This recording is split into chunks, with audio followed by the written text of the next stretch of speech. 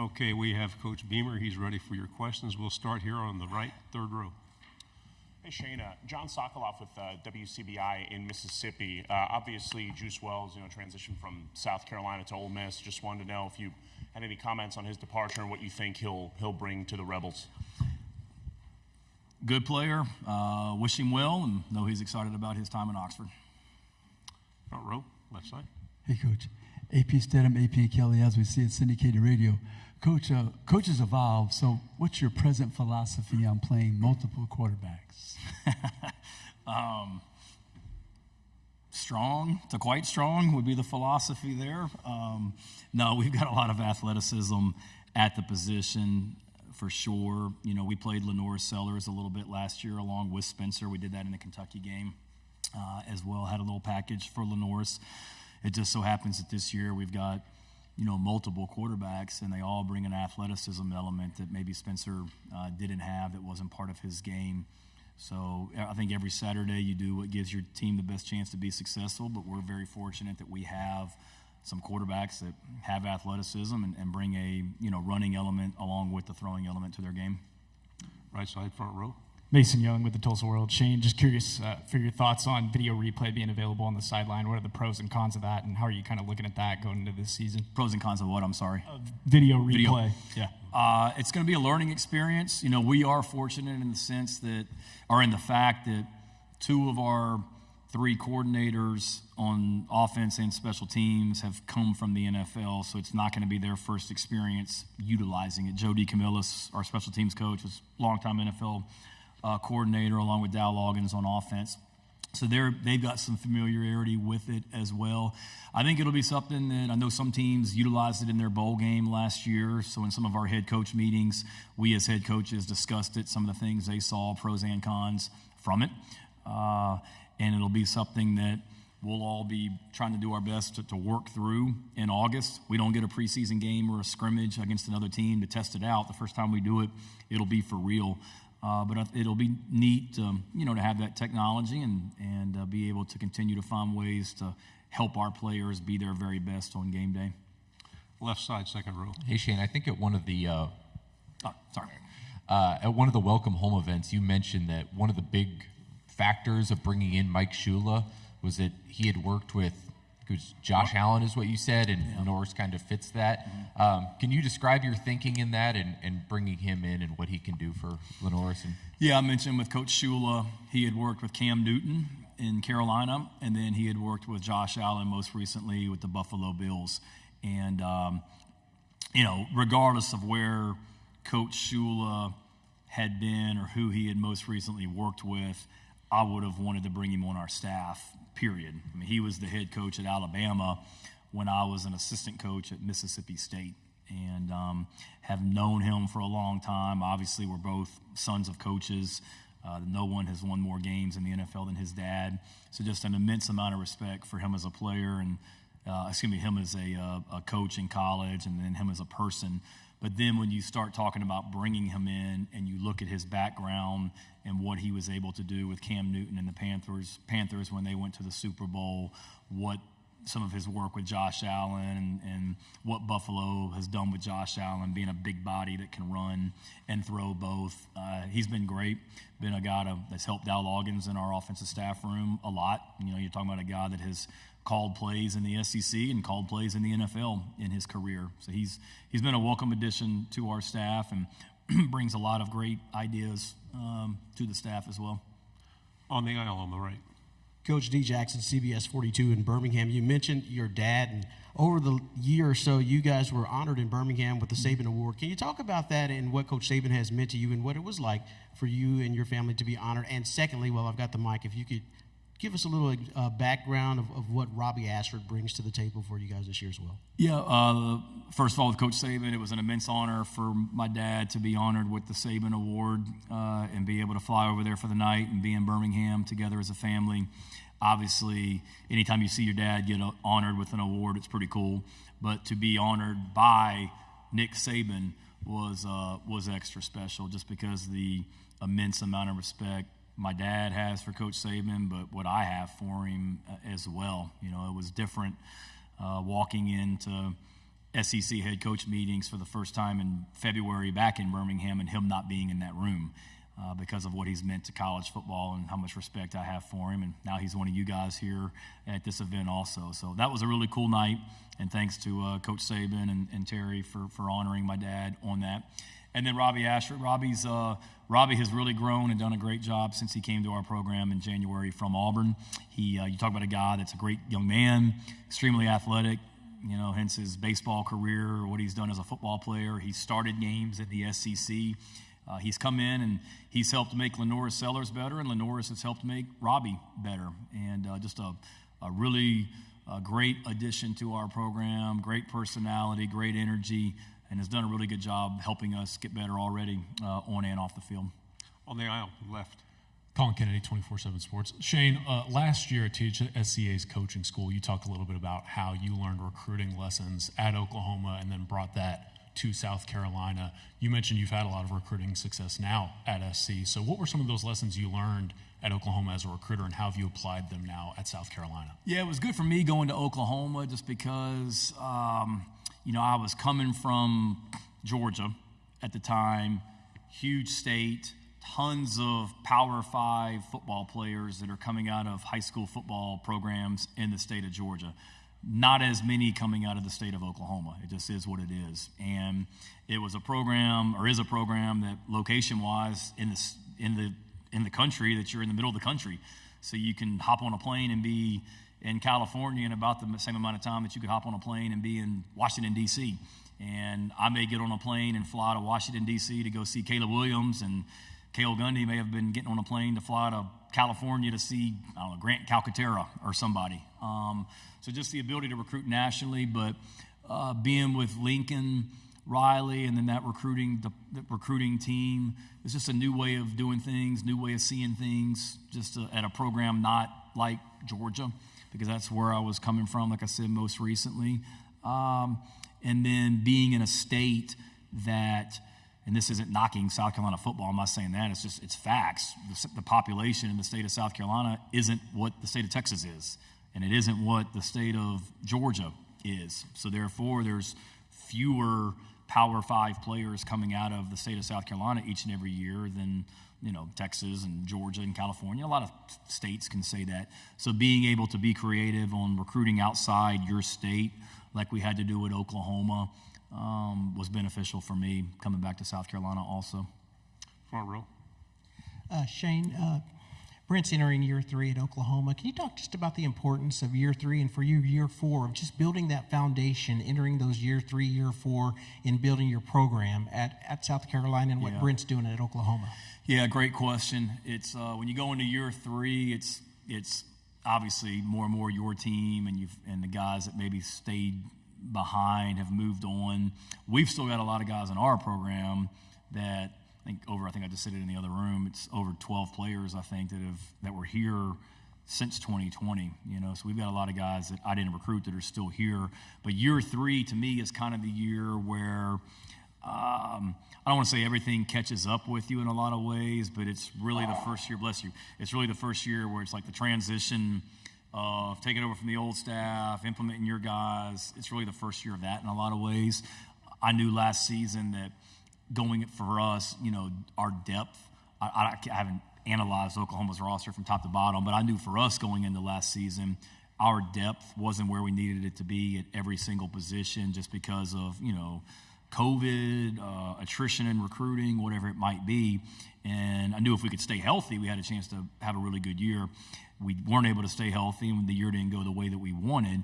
But we got a lot of young players' experience and things like that as well. So I believe for him, year 3, I'm sure he dealt with some attrition when Lincoln left, and he had to come in and utilize the portal and also high school recruiting. And this is a year that, those guys that you first brought in, they're now going into their 3rd year of the program. He's recruited really, really well. Those are going to be young players on this year's team like we have. But then you also got we do a summer scouting report on every team. So we did do Oklahoma back in June as a staff, and I'm going through the roster, and I'm like, oh man, like Woody's still there, and there's Ethan. I can remember recruiting Ethan, us as a staff. So you've got guys that were there when he got there. but there's just not as many. But it's more his guys, and it's really laying the direction and the narrative for where they want to go going forward. On the aisle. Hi, Britton Ross, OU Nightly. I was just wondering, is there any kind of like emotion that you may feel whenever you guys return to Norman this fall? And then what do you think you're going to tell your team to kind of expect as they take the field? On the field, you'll play, physical, tough football team, obviously being led by Coach Venables. You're going into one of the greatest venues in college football. I don't think the buses come in by the Heisman trophies, but I mean, it's pretty cool. When I work there, you drive to work every day and you drive past all these Heisman Trophy statues. So, I mean, that's not normal at a lot of places. So I think we don't talk a whole lot about the venue or the atmosphere. They'll be excited to go out there as well and play a really good team. Emotions, I don't know. I've got some great memories from my time in Norman, some great friends that I made during my time there. So appreciative to Joe Harris and Joe Castiglione and Lincoln Riley for giving me an opportunity to go to Norman. We grew as a family, had a great time living there. I sit in the other room. My kids are disappointed that it's an early kickoff because they had all these plans for Saturday that they wanted to do. Now they don't get to because it'll be an early kickoff. But it'll be emotions just going into a place that I spent 3 years and had a great time. I'll be in that visiting locker room. The only time I was in there was Coach Riley kicked the team and coaches out of our locker room because we weren't keeping it clean one year, so he made us all dress for a week of practice in the visiting team locker room, so it won't be my first time in the locker room over there. But it's just a great venue and great place with great people, and it'll be exciting going back there. But, once you get to Saturday and the game kicks off, it's all about the players and trying to focus on how to help them be successful. Second row. Coach Beamer, Corey LeBounty, WNSP 105.5, Mobile, Alabama. A year ago, I talked to you about Dawn Staley and the way that she affects recruiting, and that was prior to her going into an undefeated season. What's the best advice that you continue to get her and how she's continued to help you in your recruiting process? Best advice I give her or she's giving me? Both I don't know ways. if I'm giving her much advice. No, she's a great friend. Literally just traded some texts with her a couple days ago about some stuff. Dawn's fantastic. It's great for me to be able to just watch her coach, learn from her, go and watch her teams practice. Even last season, early on, I called and talked to her about some things, just not, coaching is coaching, coaching is teaching, and it may be different sports, but there's a lot of similarities. So there's a lot of things that I've learned from her, and she's a great friend. She's willing to do anything to help our program. We had a junior day back in January where we had about 20 recruits coming on campus, and I think 8 of them requested meetings with Dawn Staley. And it was in the middle of her season, so we had to reach out to her, like, would you have time to meet with 8 football players? And I think she had a game the next day, and she's like, yeah, sure, whatever. She would come to, she was involved in some of our recruiting weekends this year. She's been to my house to help with a recruit in the past, but we're also, she doesn't need my help, but she's asked me a couple times over the years to help her, with a recruit that might be on campus, and I'm willing to do whatever I can. So it's a great resource for me to have a coach like that's a colleague, to have a boss in Ray Tanner that won national championships as a baseball coach. We're all about South Carolina being great, and not, I've been some part of some teams or some schools where it's very territorial. The football coach is all about the football team, and the tennis coach is all about tennis, but not at our place. It's a great environment where we all support each other, and Dawn's right at the top of that. Last 2 questions will go here, then in the back. Coach Beamer, Wyatt Nunn, County 8 News. You guys welcomed the Missouri Tigers to Williams-Brice in Week 12. What do you see in the team this year, and how can you plan to bring the Mayor's Cup back to South Carolina? What do I see in Missouri's team, or what do I see in our team? And Missouri and Eli Drinkwitz, the squad. Obviously, they had a great year last year. That's late in the year, so we'll really dive into them. We did a brief introduction on them in the summertime in our summer scouting reports, but Coach Drinkwitz obviously did a great job, and I know they're very hungry to build upon last year and show that last year wasn't just a flash in the pan. 1 year, they're eager to compete for championships. And obviously, I know they lost the running back, but they bring a lot of great players back as well. And they've done a good job against us the last 3 seasons. So I know Daniel Rickaman, the mayor of Columbia, is eager to try and get that trophy back to the Columbia, South Carolina. And we've got a big challenge and looking forward to that one as well. Was there a second part? I'm sorry. Is that good? Okay. All right. Gotcha. Last question in the back. Coach Ed Daniels, WGNO New Orleans. We've seen Spencer practice several times in OTA's minicamp. I'm wondering if you stay in touch with him. What has he told you about the NFL experience? And why do you think his game will translate pretty quickly to the NFL? Because it's obvious the Saints do. Yeah, absolutely. I don't mean to hijack your show. Can he pass that mic to Ralph back there too? Because Ralph came and interviewed me at Virginia Tech back in like 2012. So he, some may say I'm still a slap, but he really interviewed me when I was a slap young coach as well. Spencer will do a great job. He's I do keep in touch with him. Obviously, we had 3 years together or 2 years together at Oklahoma. Somebody I think the world of. He and his family both. So really proud of him. He's excited about the opportunity in New Orleans. Feels like he's going to a great place. There's a lot of people in that organization that I think very highly of. I'm excited for Spencer to be with them as well. And I know from talking to Spencer and talking to people within the Saints organization, they were very much like you, very pleased with what they saw from him during OTAs and eager to get started with training camp with him. Sorry. No, it's fine. Okay. Thank you, Shane. Ralph Russo from the Associated Press. This is kind of a big picture question. You know, there's some new rules coming in about coaches and analysts and what they can do. So it's almost going to be like an unlimited coaching staff.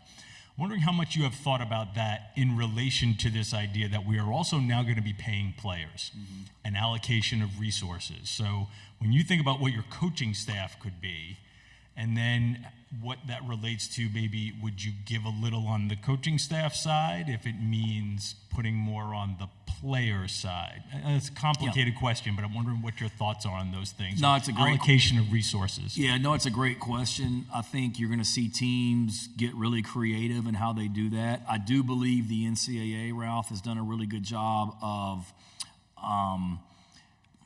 structuring it where teams can't use that rule to gain too much of an unfair advantage from a recruiting standpoint in a lot of ways. They're going to be coaches. Me personally, and not that this is right, I've always been kind of a less is more kind of guy in a lot of ways.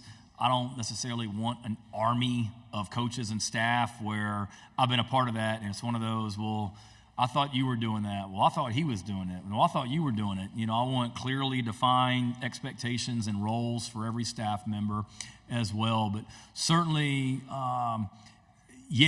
if it means a great player, we'll adjust the coaching staff if we need to as well. But I don't think we're if you look at our staff size, Ralph, compared to other schools, I'd say we're on the low end as far as like coaches and analysts. I mean, everybody's got 10 coaches, but as far as the analysts. But I've tried to be very strategic and thorough about who those analysts are and not just hire a guy to hire somebody. I mean, we have Mike Shula, longtime coach in that role. We have Kevin Hubbard, who's a former defensive coordinator at a Division III school in that role. We've got some really good young coaches in that role, you know. So I think I'm going to continue to learn more about it, how we can best allocate resources to make our program successful. And certainly, at the end of the day, it's about the players on the field for sure. Coach, thank you very much. Okay, +1, sorry. Oh, you're fine. All right. Y'all have a great week. Thank you, guys.